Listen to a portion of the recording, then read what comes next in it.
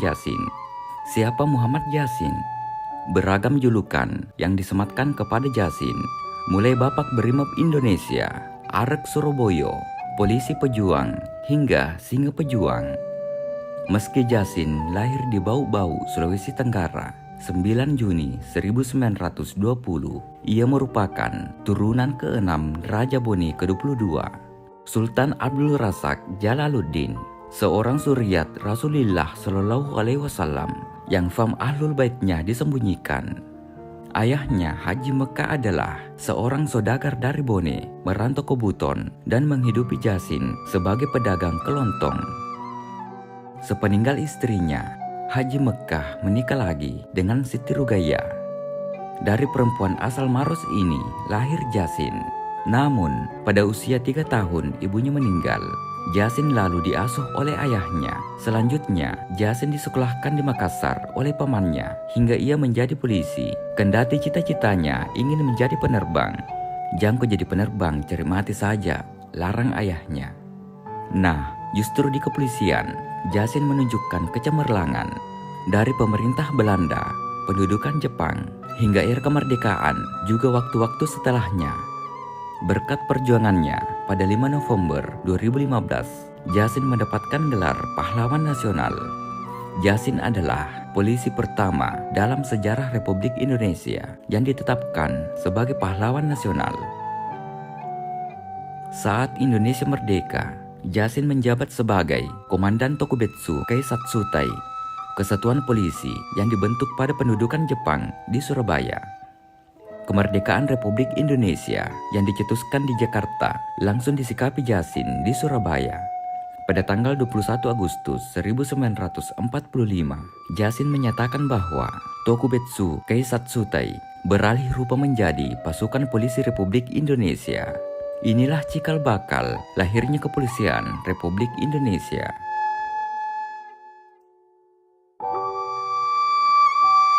Dalam buku Menguat Misteri Sejarah 2010, menyatakan Yasin sebagai proklamasi polisi Kepresidenan Surabaya yang mengakui bahwa mereka adalah pegawai polisi Republik Indonesia yang berkewajiban menjunjung tinggi dan mempertahankan kedaulatan dan kehormatan negara Indonesia. Yasin memegang peranan penting. Tanpa peran Yasin dan pasukan polisi istimewanya, tidak akan ada pertempuran di Surabaya.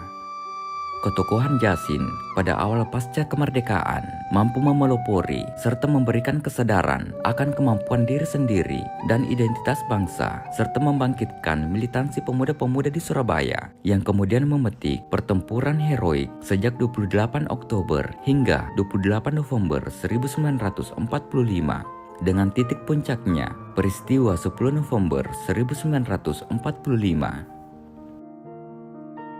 Yasin bukan polisi sembarangan. Ia diakui sebagai pendiri Brimob yang diresmikan 14 November 1946. Saat itu, kesatuan tersebut masih bernama Mobil Brigade Polisi, disingkat Mobrik. Pasukan Mobil Brigade Polisi yang dipimpin Yasin selanjutnya turut mengambil peran dalam perjuangan mempertahankan kemerdekaan, termasuk ketika Belanda 2 kali melancarkan agresi militer.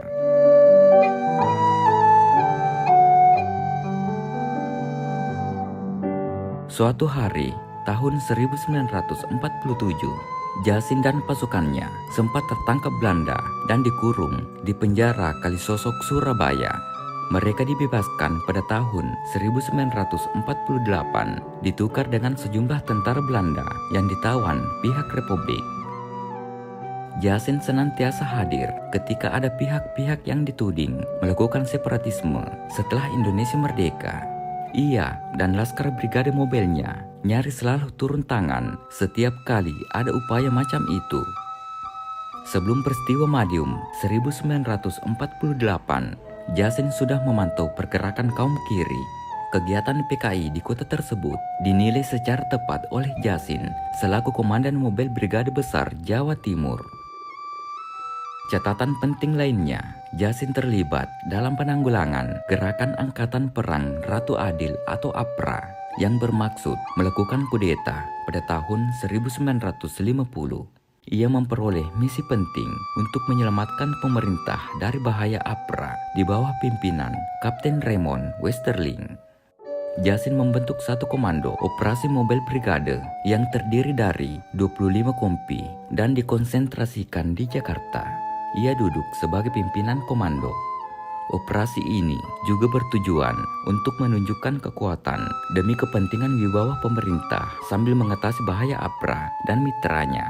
Lalu muncul gerakan separatis lainnya, yakni Gerakan Darul Islam Tentara Islam Indonesia (DITII) pimpinan Sekar Maji Merijan Kartosuwirjo yang dideklarasikan pada 7 Agustus 1949 di Jawa Barat.